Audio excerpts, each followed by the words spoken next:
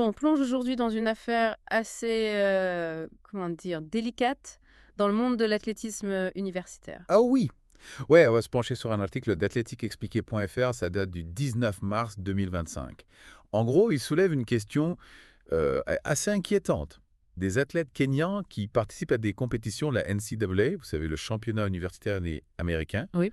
alors qu'ils sont suspendus pour dopage. Ah ouais, ça pose un sacré problème, ça. Et à quel moment ça soulève des questions sur l'intégrité du sport, la coordination internationale, tout ça, quoi. Ouais, c'est un sujet sensible. Quoi. Ah. Donc, on va se concentrer sur deux cas en particulier. Tabitha Ngao de la Texas Christian University, TCU pour les intimes, et Caroline Jeptanui de l'Université Tulane. Deux cas assez similaires. Ouais, dans les grandes lignes, ouais. Donc, l'idée, c'est de décortiquer les faits, de voir ce qui cloche au niveau du système. Comprendre comment on en est arrivé là. Exactement. Et puis réfléchir aux conséquences pour les athlètes, pour le sport en général, quoi. Hmm. D'accord, je suis avec vous. Alors, si on commençait par Tabitha Ngao, Allons-y. d'après l'article, elle est arrivée à TCU à l'automne 2023. Une jeune athlète kenyane prometteuse. Ouais, repérée et aidée par une agence qui s'appelle Town Hall Athletics, ces agences qui font le lien entre les athlètes et les universités américaines. Je vois le champ. Et elle a vite fait ses preuves, 49e au championnat de cross-country de la Big 12. Pas mal du tout. Mais c'est surtout en salle qu'elle a explosé. Elle a carrément remporté le 1000 mètres au championnat de la Big 12 le 1er mars 2025. Wow, impressionnant. Ouais, et ça l'a qualifiée pour les championnats nationaux en salle de la NCAA aux 800 mètres, avec un temps de 2.01.61. Elle était clairement en forme. Ah ça oui, sauf que... Sauf que play. Juste avant la compétition, TCU annonce qu'elle se retire. Sa place est récupérée par Smiela Kolb. Bizarre, il y a forcément une raison. Et la raison, c'est une suspension provisoire de l'agence antidopage du Kenya, la DAC. Pour dopage avéré. Non, pour manquement aux obligations de localisation. C'est-à-dire, en gros, les athlètes de haut niveau doivent informer l'agence de leur lieu de résidence et de leurs déplacements. Comme ça, ils sont disponibles pour des contrôles surprises. Ah oui, l'obligation de localisation, je comprends. Et si tu ne respectes pas ça, ça peut être considéré comme une violation des règles antidopage, même si tu n'as pas été contrôlé positif. Ah oui, je vois.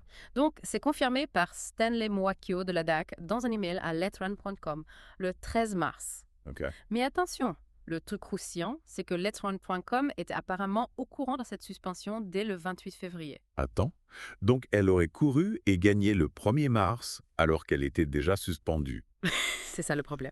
Et d'après l'article, elle aurait participé à 8 compétitions en salle pendant la saison 2024-2025. Lui, si elle était suspendue pendant tout ce temps, ça craint vraiment. Ouais, gros problème. Et on ne sait pas quand TCU et son coach, K. Davis Robinson, ont été mis au courant. C'est louche qu'il ne dise rien. L'article dit qu'il n'a pas voulu répondre aux questions, c'est vrai que ça fait bizarre. Et autre chose de bizarre, le nom de Tabitha Ngao n'était pas sur la liste publique des athlètes suspendus de la DAC. Ah ouais, c'est un peu opaque tout ça. C'est le moins qu'on puisse dire. D'ailleurs, on retrouve le même problème avec Caroline Jeptanui, on en parlera juste après. Ok. Mais du coup, quelles sont les conséquences possibles pour Ngao si tout ça est confirmé?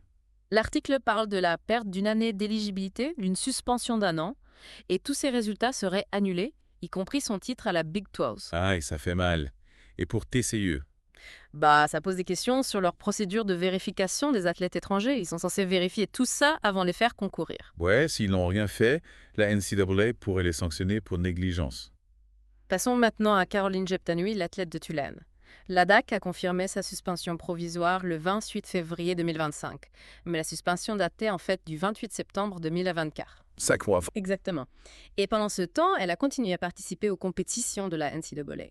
Dont les championnats nationaux de cross-country en novembre, où elle a fini 12e, Ah oui, et elle a même obtenu le statut d'All-Américaine. qui va probablement lui être retiré. Sûrement. La raison de sa suspension, c'est un incident au semi-marathon de Kapsabet en mars 2024. Qu'est-ce qui s'est passé? Elle aurait essayé d'éviter un contrôle antidopage, elle aurait refusé de s'y soumettre et elle aurait même tenté de cacher son identité. Ah ouais, là, c'est du lourd. Carrément. Et comme pour Nangao, son nom n'était pas sur la liste publique des athlètes suspendus de la DAC. 2 cas en peu de temps, c'est pas un hasard. Il y a un problème quelque part. Ouais, ça montre qu'il y a des soucis de communication et de coordination entre la DAC au Kenya, la NCAA aux États-Unis et les universités elles-mêmes. C'est incompréhensible qu'une athlète puisse être suspendue dans son pays et continuer à concourir à l'étranger sans que personne ne soit au courant. Et l'opacité de la liste des suspensions de la DAC n'arrange rien. Les universités ne peuvent pas vérifier l'éligibilité des athlètes si elles n'ont pas l'information.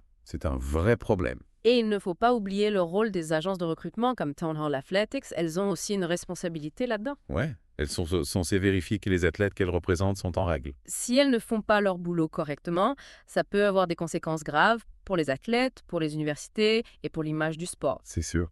Et il faut aussi replacer ces affaires dans le contexte plus large du dopage dans l'athlétisme kenyan. Oui, on se souvient de la suspension de Kibiwott Kandi, l'ancien recordman du monde du semi-marathon. Exactement. Lui aussi, pour manquement aux obligations de localisation, le Kenya, malgré tous ses talents, a vraiment du mal à lutter contre le dopage. C'est clair. Et ces affaires montrent bien la difficulté de la lutte antidopage au niveau international. Bon, plein d'agences nationales avec des règles et des moyens différents, c'est compliqué de coordonner tout ça. Et ça risque d'avoir un impact négatif sur les autres athlètes kenyans qui veulent venir aux États-Unis. Oui, les universités vont peut-être se méfier davantage des athlètes kenyans maintenant. C'est dommage pour ceux qui sont propres et vont payer pour les erreurs des autres. C'est injuste.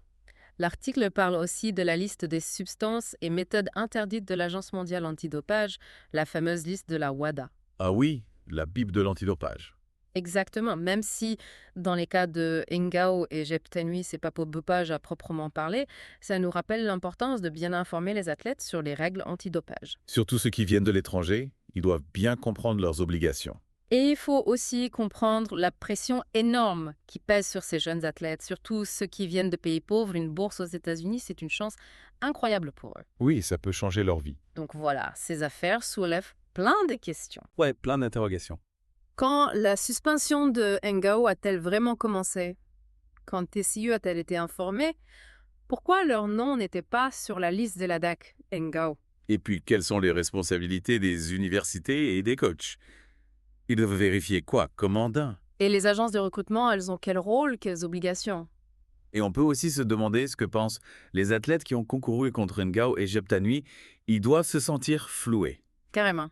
Et les procédures de la NCAA, est-ce qu'elles sont assez strictes pour éviter ce genre de situation? Il y a beaucoup de choses à revoir, c'est clair. L'article propose quelques pistes de réflexion. Des solutions pour l'avenir. Ouais, par exemple, créer une base de données mondiale des athlètes suspendus, accessible à toutes les organisations sportives. Ah oui, comme ça, tout le monde serait au courant en temps réel. Renforcer les programmes d'éducation antidopage pour les athlètes étrangers aussi. Ouais, c'est important qu'ils soient bien informés dès le départ, Et les universités doivent mettre en place des procédures de vérification plus strictes. avec des contrôles auprès des agences nationales antidopage, par exemple. Il faut aussi améliorer la communication entre l'ADAC et la NCAA. Que l'information circule mieux et plus vite. Et insister sur l'importance des obligations de localisation, que les athlètes comprennent bien ce que ça implique. C'est la base de la lutte antidopage. Et puis, il faut une meilleure coordination internationale entre les agences antidopage pour harmoniser les règles et être plus efficace. Et une plus grande transparence, bien sûr. Ouais, publier les listes des athlètes suspendus, c'est indispensable pour que le sport reste crédible. C'est la clé de la confiance. En résumé, ces deux cas d'athlètes kenyans suspendus qui ont quand même participé à des compétitions de la NCAA. Ça montre qu'il y a des gros problèmes dans la lutte antidopage. Un manque de communication, de transparence. Et ça pose des questions sur l'intégrité du score universitaire.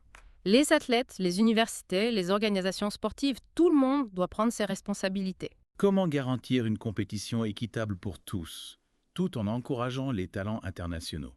C'est une question compliquée, il faut réfléchir à tout ça, se pencher sur les règles de la WADA, de la NCAA. Et trouver des solutions pour que le sport reste propre. Merci de nous avoir suivis dans cette plongée au cœur d'une affaire complexe. Merci à vous. On se retrouve bientôt pour une nouvelle immersion dans un sujet passionnant. À bientôt.